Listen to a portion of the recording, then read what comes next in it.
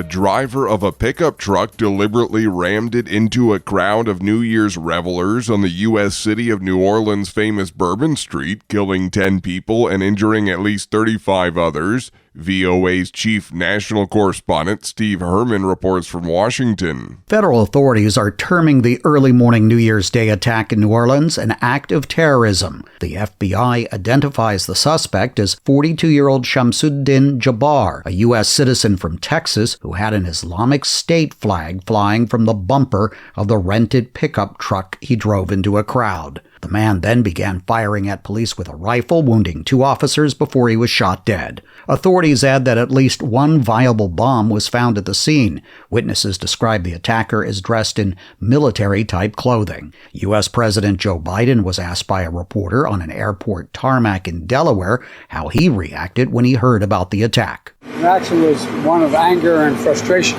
Biden declined to answer questions about the suspect. President-elect Donald Trump, who takes office in less than 20 days, released a statement linking the attack without evidence to immigration. He called the attack an act of pure evil. Steve Herman, VOA News, Washington.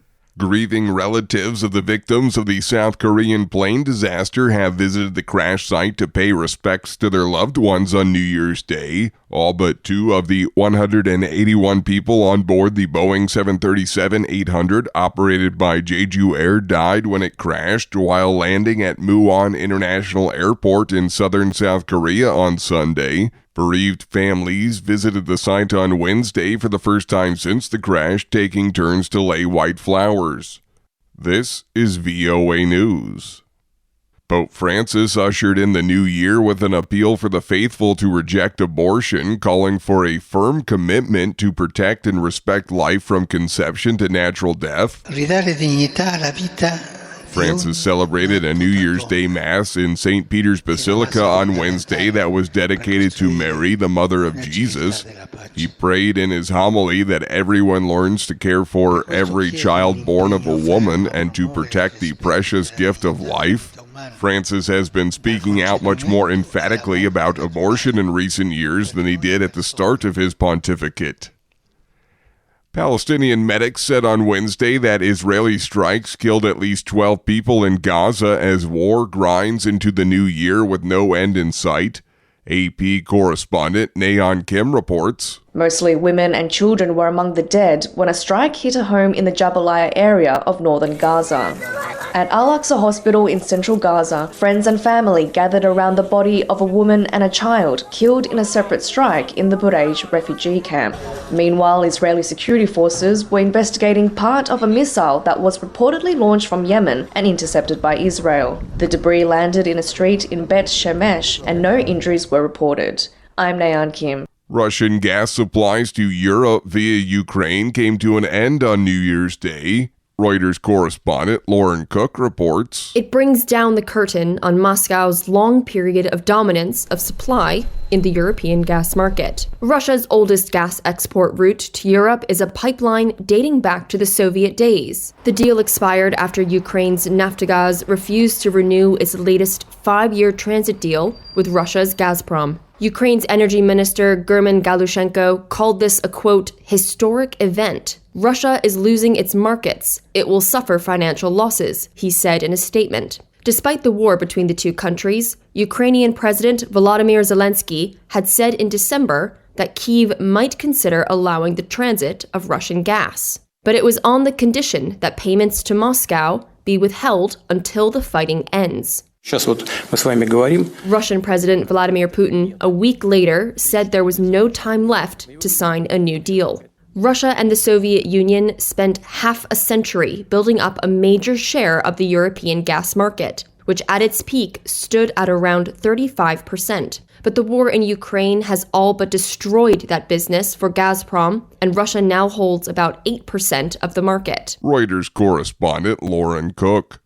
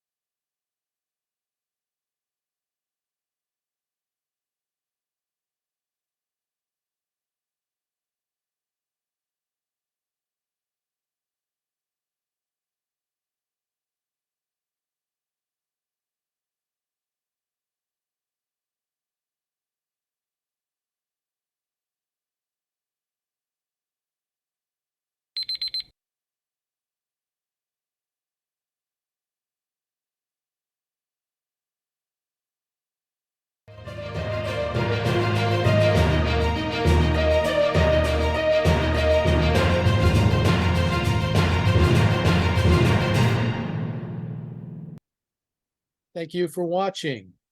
Can you do me a favor? Please leave a comment in the comment section below. That would really help. Thank you, and see you again soon.